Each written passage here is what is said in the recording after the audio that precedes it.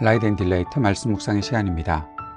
거룩하신 아버지 하나님, 오늘도 우리가 주님의 은혜와 사랑을 의지하고 이 하루를 살아갈 수 있도록 도우시니 감사와 찬양을 올려드립니다.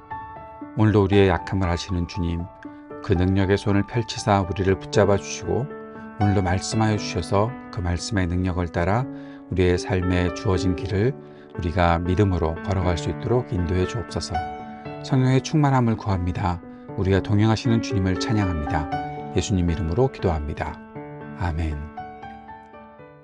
오늘은 요한계시록 12장 13절에서 18절까지의 말씀을 함께 읽고 묵상하겠습니다. 요한계시록 12장 13절에서 18절 말씀 새한글 성경으로 읽겠습니다.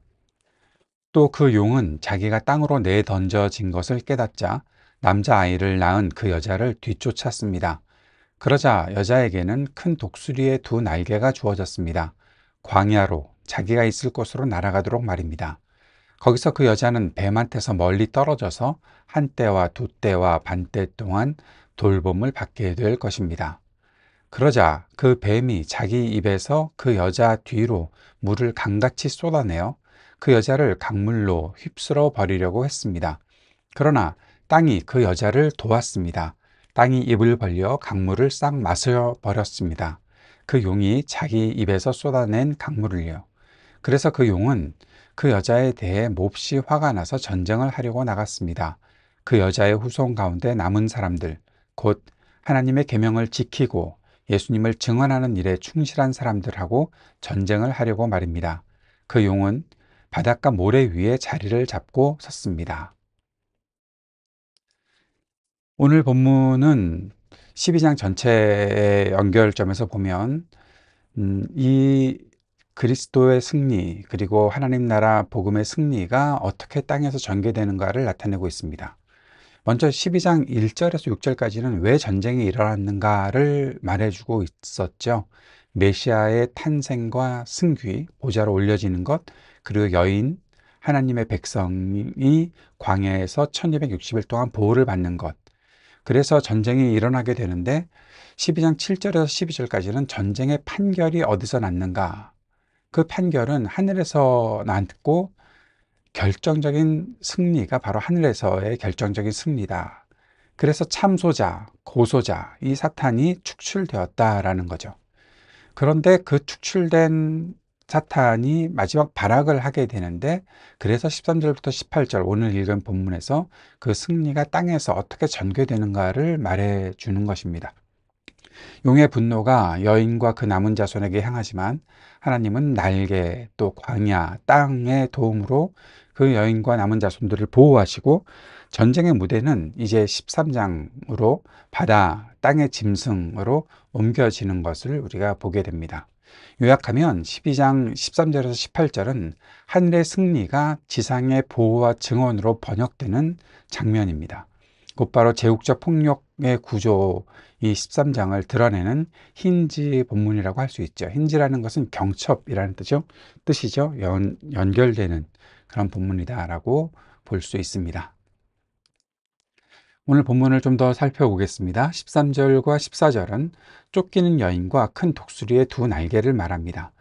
용은 사탄이죠. 용은 하늘에서 쫓겨난 뒤에 12장 9절에서 쫓겨났죠. 여인을 핍박합니다. 여인은 큰 독수리의 두 날개를 받아서 광야에 한 때, 두 때, 반 때, 그러니까 3년 3.5죠.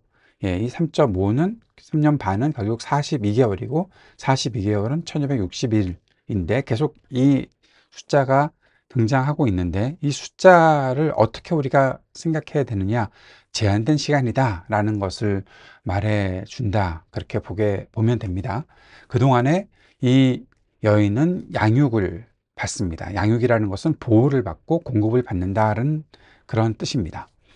독수리의 날개가 이 하나님이 백성을 구출, 운반, 보호하시는 언약적 상징으로 나타나고 있는데 이 독수리 날개는 우리가 너무나 잘 아는 출애굽기 19장 4절에 또 신명기 32장 11절에 하나님께서 이집트에서 자기 백성을 인도해 내시고 구출하시고 보호하시는 그 장면에 등장하는 이 독수리 날개인 것을 우리가 보게 되죠. 그리고 광야는 어떤 곳인가? 광야는 패배의 은신처가 아니라 하나님이 마련하신 훈련과 양육의 자리다. 출애굽과 만나를 기억하면 더 명확하게 기억이 될 것입니다. 그리고 좀 전에 말씀드렸던 이 한때, 두때, 반때, 한때, 두때, 반때니까 3.5입니다. 이 3.5는 완전수의 절반입니다. 그러니까 7이라고 했다면 더 꽉 차 있는 뭔가 이렇게 더 이상 더 덧붙일 수 없는 그런 완전수라고 보게 되는데 거기서의 반밖에 안 되니까 이건 굉장히 제한된 시간이다라는 것을 보게 되죠. 그러나 그럼에도 불구하고 충분한 보호의 기간, 양육의 기간이 된다라는 것을 알려주는 장면입니다. 자, 그리고 15절과 16절엔 뱀의 홍수와 땅의 도움이 나타나 있습니다. 뱀은 또 사탄의 그 용의 다른 표현이죠. 여인을 강물처럼 떠밀어서 홍수로 휩쓸리게 하려 합니다. 그러나 땅이 여인을 도와주죠. 그 물을 다 삼켜버립니다. 홍수는 성경에서 종종 압도적인 박해, 또 선전, 법령, 여론의 상징으로 나타나고 있습니다. 시편 124편 2절에서 5절까지 보면 좀 더 참고가 되실 겁니다. 거기에 땅이 도움을 주고 있죠. 출애굽기 15장에서 물의 장벽을 붕괴시키는, 또 민수기 16장에서 땅이 삼켜서 악을 제압하는 그러한 것과 겹치는 신현적 하나님께서 나타나셔서 백성을 돌보아 주시는 것으로 볼 수 있습니다. 이것의 해석 포인트는 하나님은 기적만이 아니라 피조세계와 또 역사와 제도와 예상, 그것을 넘어서는 도구를 사용해서 교회를 구원하신다라는 겁니다. 하나님께서는 모든 것들을 사용하시는 것이죠. 하나님이 단순히 기적만 행하시는 분이 아니라는 겁니다. 우리가 이 땅에서 경험하는 그것은 아무것도 아니고 하나님이 우리가 모르는 기적만 나타내 주시기를. 물론 하나님이 예상 밖의 도구를 사용하시기도 하지만 역사를 사용하셔서 제도를 사용하시기도 하고 피조세계를 사용하셔서 교회를 구원하신다라는 것. 그것이 바로 땅이 우리를 돕는다라는 것의 근거가 될 수 있는 것입니다. 17절과 18절은 남은 자손과 전쟁이 나타나고 바다의 모래 위가 등장합니다. 용은 여인에게 분노하죠. 여자의 남은 자손, 곧 하나님의 계명을 지키며 예수의 증언을 가진 자, 누구를 상징합니까? 바로 교회죠. 그 교회와 싸우려고 나아갑니다. 여기서 정체성을 볼 수 있습니다. 도덕적인 순종, 계명에 순종하는 것, 계명을 따르는 것, 그리고 복음을 증언하는 것, 예수의 증거를 증언하는 것. 이것이 바로 신앙의 두 날개이고 하나님 백성의 정체성이다라는 거죠. 우리가 오늘 주님의 백성이다라는 것을 드러내려면 우리는 말씀에 순종해야 되고 또 우리에게 주신 예수 그리스도의 증거를, 복음을 증언하는 삶을 놓쳐서는 안 됩니다. 우리의 전쟁의 턴을 옮겨질지라도 우리의 삶에 우리가 증언하는 삶은 계속되어야 되고 순종하는 삶도 계속되어야 한다는 거죠. 바다의 모래 위에 섰다라는 말이 있습니다. 이것은 13장의 바다 짐승 출현을 예고하고 있는 거죠. 이제 전쟁은 제국과 경제와 종교가 엮인 구조적 폭력과의 싸움으로 전환됩니다. 이 구조적 폭력이 바로 짐승들과의 싸움이 되는 것이죠. 사탄의 졸개 역할을 하는 그 짐승들과 싸움이 나타난다는 것입니다. 이것이 13장에 나타나 있겠죠.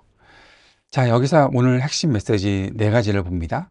첫 번째는 이미 이긴 전쟁에 잔여전이 있다. 하늘 법정에서는 이미 승리가 선포되었습니다. 그리고 그 승리가 지상에서의 보호와 증언으로 구현되고 있는 거죠.